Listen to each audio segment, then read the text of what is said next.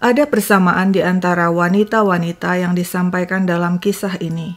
Mereka tinggal di Singapura, muda, berpendidikan, aktif, dan tengah menggapai cita-cita mereka. Salah satunya adalah Winifred Theo, lahir Maret 1967 di Singapura sebagai anak kedua dari 3 bersaudara.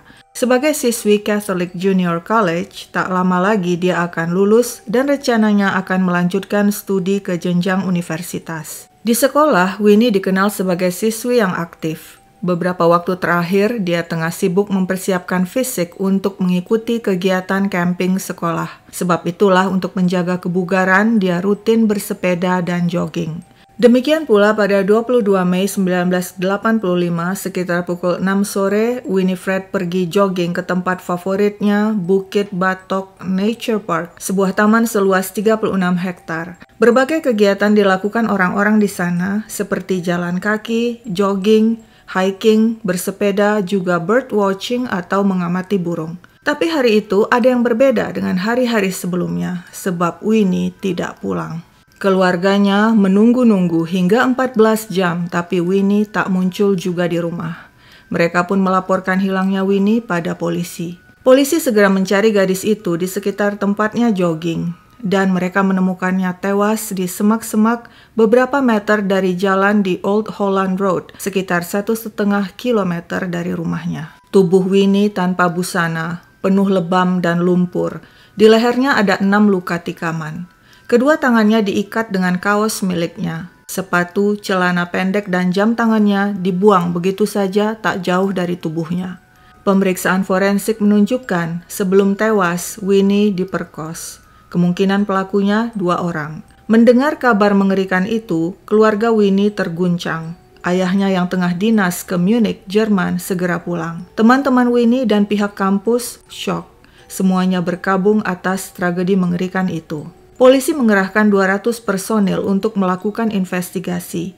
Begitu banyak orang yang ditanyai, tapi nihil. Polisi tidak berhasil mendapatkan informasi berarti. Meskipun kemudian polisi menawarkan hadiah uang tunai bagi siapa saja yang bisa memberikan informasi tentang kasus pembunuhan Winnie, tetap tidak ada hasil. Sempat timbul dugaan Winnie dibunuh pesaing bisnis ayahnya.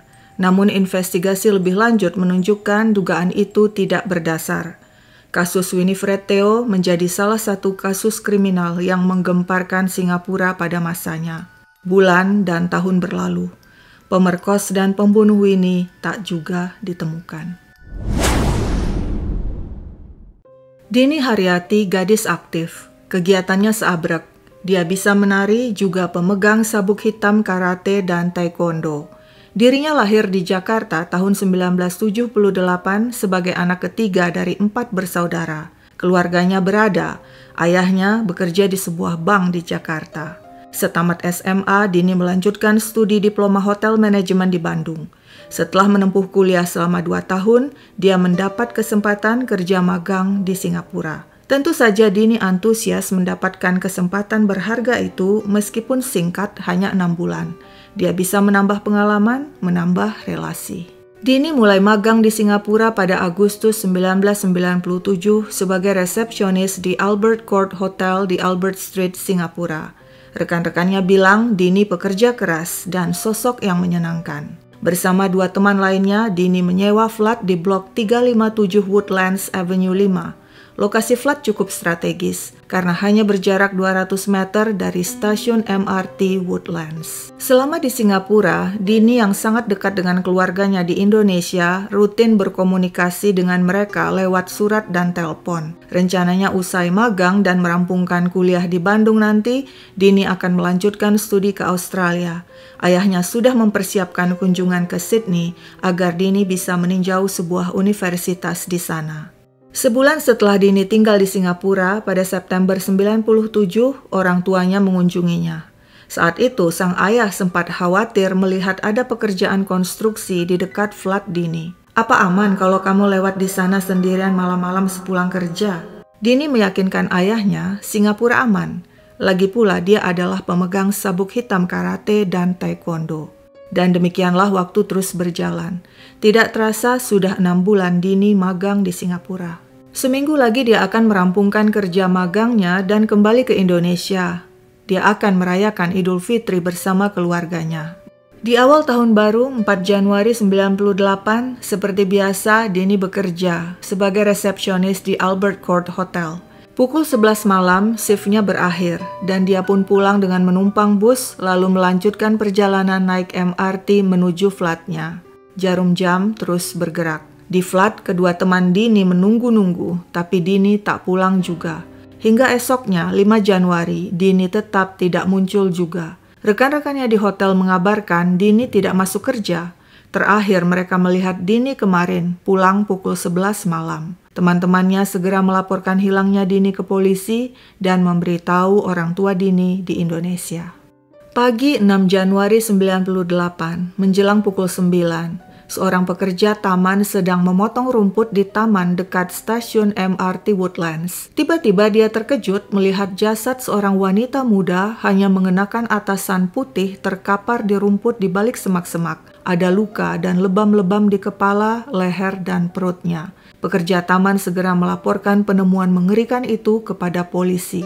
Polisi yang memeriksa TKP berhasil menemukan identitas jasad yang ternyata adalah Dini Haryati, warga Indonesia, pekerja magang di Hotel Albert Court.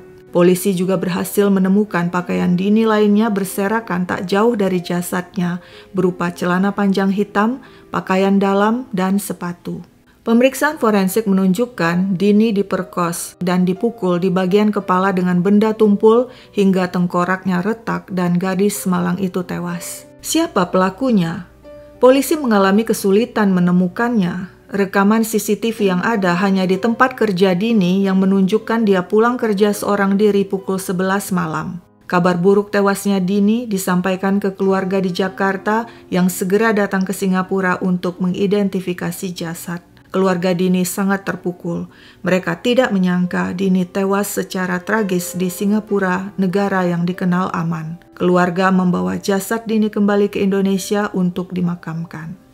Menurut dugaan polisi, sepulang kerja Dini menumpang bus ke stasiun MRT lalu melanjutkan perjalanan dengan MRT dan turun di stasiun MRT Woodlands. Dini lalu berjalan kaki menuju flatnya, melewati jalan memotong yang sepi, menyusuri pepohonan dan semak.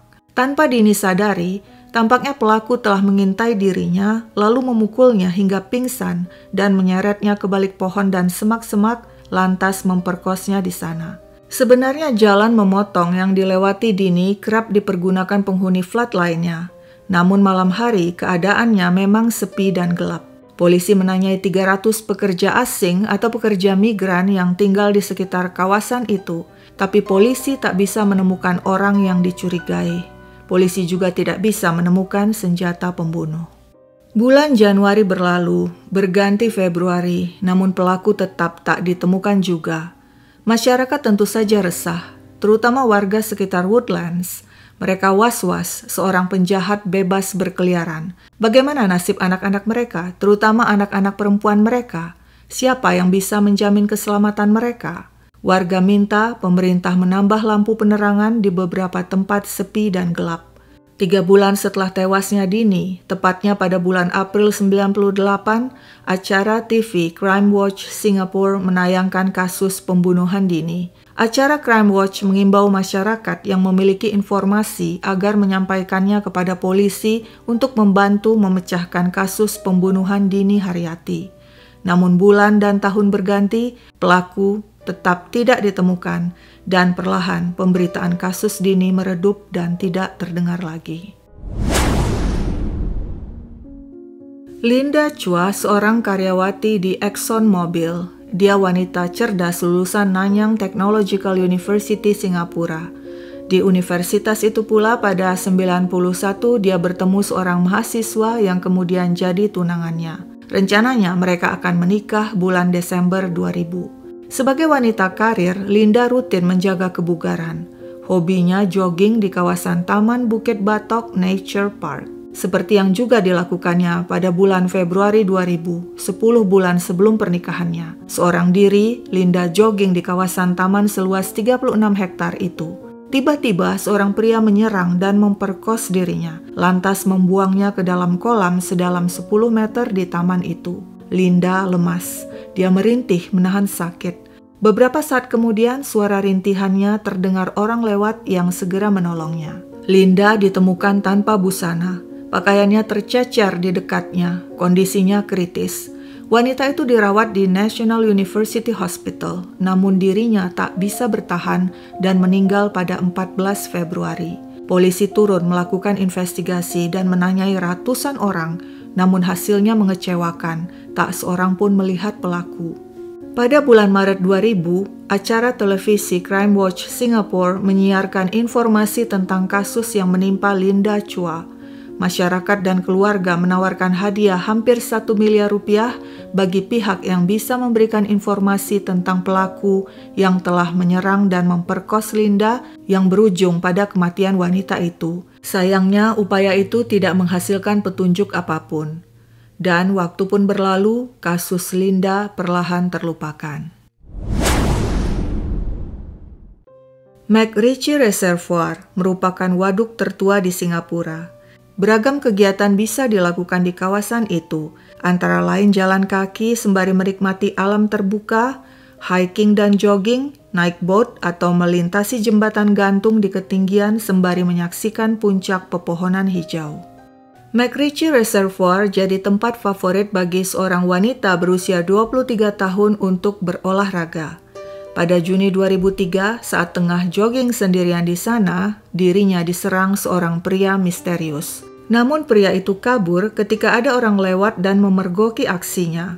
Wanita itu pun selamat dan berhasil menjelaskan wajah pria itu kepada polisi yang menggambar sketsanya. Muncul dugaan pria itu merupakan pria yang sama yang melakukan aksi bejatnya terhadap Winifred Theo pada 1985, Dini Haryati pada 1997, dan Linda Chua pada tahun 2000. Tapi sayangnya polisi tak mampu menemukan si pelaku meski mereka telah mengantongi sketsa wajahnya. Para korban termasuk Dini Haryati hingga kini belum mendapatkan keadilan sebab si pelaku tidak ditemukan. Banyak pihak berharap suatu saat ada orang yang mengetahui si pelaku dan akhirnya memutuskan melaporkan pada polisi. Tapi ada juga kemungkinan si pelaku selamanya tidak akan ditemukan, terlebih jika dirinya adalah pendatang atau pekerja migran yang telah pulang ke negaranya.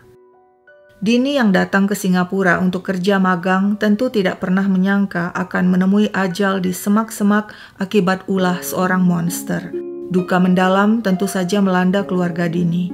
Namun mungkin duka terbesar dirasakan Dina, kembaran Dini, yang usianya lebih muda 15 menit dari Dini. Kita hanya bisa berharap suatu saat kasus yang menimpa Dini dan ketiga wanita lainnya terpecahkan. Rest in peace. Sekian dulu ceritaku, sampai jumpa kapan-kapan.